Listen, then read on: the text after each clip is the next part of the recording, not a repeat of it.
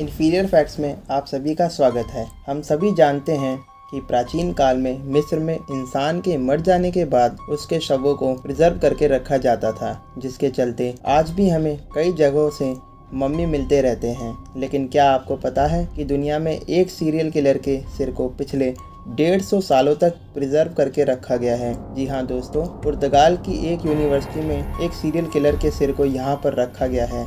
इस serial killer का नाम था डिएगो एल्वेस, जो कि नौकरी की तलाश में लिस्बन आया था।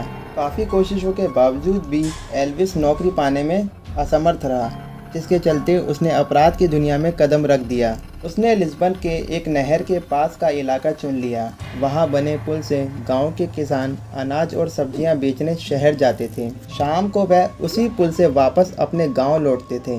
एल्विस पुल के पास मौके की तलाश में छुपा रहता था और शाम को किसानों के लौटने का समय पर उन पर हमला कर दिया करता था। वह उनकी हत्या करके लाश नहर में ही फेंक दिया करता था और उनका सामान लूटकर वहां से भाग जाता था। जब उस नहरों में हर दिन किसानों की लाशें मिलने लगी तो पुलिस का माथा ठनका और उन्होंने इसकी जांच शुरू कर दी। प्रारंभिक तफ्तीश के दौरान उन्हें लगा कि किसान गरीबी से तंग आकर पुल से कूदकर आत्महत्या कर रहे हैं, लेकिन बाद में जब उन्हें कई लाशों में धारदार हथियार से वार के निशान नजर आए तो उनका शक गहराता चला गया और पुलिस ने कातिल की जांच शुरू कर दी। इन्वेस्टिगेशन को देख एल्विस को अंडरग्राउंड होना पड़ा, लेकिन कातिल का कोई सुराग ना मिलने पर और कत्ल का सिलसिला बंद हो जाने पर पुलिस की कार्रवाई भी ठंडी पड़ गई। वहीं दूसरी तरफ एल्विस को फिर से अपराध करने और लूटपाट करने लगा, लेकिन इस बार उसके अकेले नहीं बल्कि गैंग बनाकर बड़ी लूटपाट करने का इरादा किया।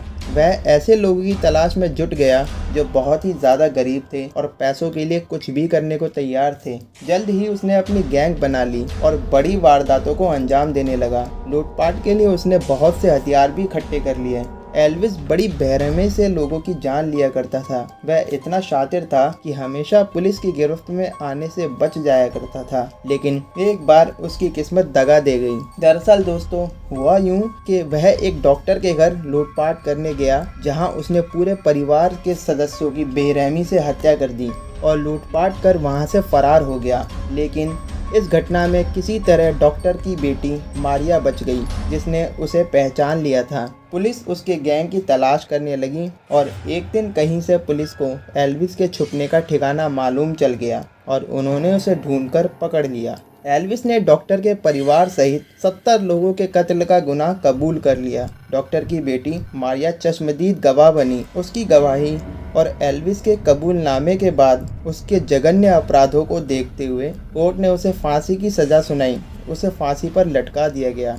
उस समय पुर्तगाल में फ्रेनोलॉजी यानी मस्तिष्क विज्ञान का विषय एक्सपेरिमेंट के हिसाब से काफ़ी फेमस हो रहा था और वैज्ञानिकों ने कोर्ट से डिएगो एल्विस का सिर अपने एक्सपेरिमेंट के लिए काट कर रखने की अनुमति मांगी। वैज्ञानिक एल्विस की मस्तिष्क की कोशिकाओं का अध्ययन करना चाहते थे, जिनकी परमिशन कोर्ट ने दे दी। दोस्तों, ये है एल्विस का सिर, जो कि एक गिलास के जार में फॉर्मल्डिहाइड नामक सॉल्यूशन में डुबोकर सुरक्षित रखा गया है। देखने पर उसके चेहरे के भाव उसके बेरहम व्यक्तित्व के विपरीत बेहद शांत नजर आते हैं, लेकिन यह अब तक किसी को नहीं पता कि वैज्ञानिकों ने उसके सिर का परीक्षण करके क्या निष्कर्ष निकाला। लेकिन दोस्तों, आज भी सीरियल किलर डिएगो एल्विस का सिर लिस्बन यूनिवर्सिटी में एकदम प्रिजर्व करके रखा हुआ है। तो दोस्तों, ये थी साइको किलर डिएगो एल्विस की कहानी। उम्मीद करता हूँ आपको मेरी ये वीडियो ज़रूर पसंद आई होगी। हमारे YouTube चैनल इन्फीरियर फैक्ट्स को शेयर कीजिए, लाइक कीजिए, सब्सक्राइब कीजिए